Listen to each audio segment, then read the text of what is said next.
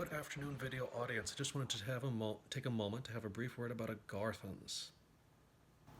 Now, Agarthans are controversial in scientific circles. Of course, Agarthans are real to people. There's a bunch of people who aren't pretending, who have real consciousness experience around Agarthans. And some people call them the Agarthan exiles, who've been seen in Ashland, Oregon. They don't want to have infighting with the Lemurians associated with Mount Shasta, or other beings associated with Mount Shasta.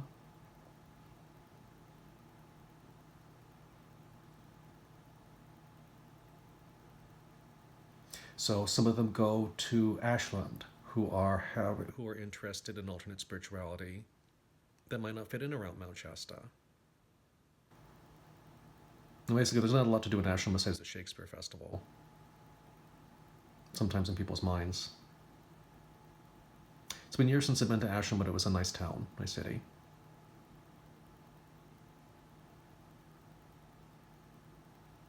And it's a joke how they appear near the Lithia fountain. Or some people say we're all hallucinations in the end. People go to Ashland, Oregon to take the Lithia in the fountain because they feel like it helps them with bipolar disorder or other issues. And some doctors believe that, I'm not a medical professional, but I feel like I recall some doctors believe that the Lithia is more helpful than concentrated lithium drugs. Sometimes it has more bioavailability in the water. I thought that was some clinicians' belief. And some people who are struggling with bipolar symptoms, or even just sometimes people who aren't diagnosed bipolar or who might have like hypomanic episodes also benefit from Lithia water. It has a distinct flavor, I recall. And the Agarthans come out after dusk. After dusk, you might see a woman in a dark robe like escort you. But basically, none of them ever directed anyone to church in Ashland, and this is awkward. The Dark Ladies just are not interested in church.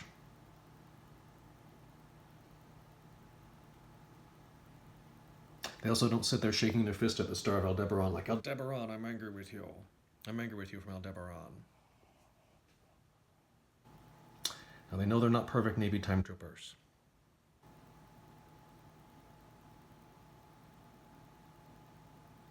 And basically it was awkward because they told me we're also active on the Rhine River in Germany. And I'm going, really? Your civilization's active here in Oregon and in Deutschland.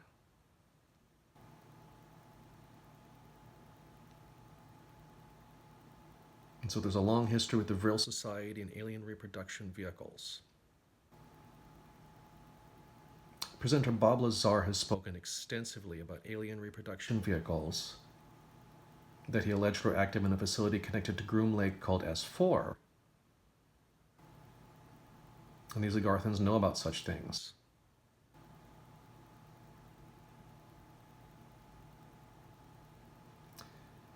Basically, though, they have to let starseeds keep voting their own conscience. Whether they like their taxes or not, or they want some balance of liberalism and taxes, as is allowed in parliamentary systems and sometimes manages in our democracy too. And they can't mandate a one-party rule right now. They're not ready to storm Washington and start the Agarthan Party or the open Agarthan takeover of the United States. And they basically have to let our country continue being what it is. And if Germans have opinions, they're allowed to keep having opinions, was my understanding. But people should not seek knowledge of this Agarthan group that's associated with Aldebaran, who are offended with the black sun appearing. They're avoidant of the Knights Templar in the Vatican because of the events of World War II. This is where my inner child's getting really uncomfortable. Maybe this needs to be a whole separate presentation on their spirituality. Take it easy, video audience, and there's Agarthans in Ashland.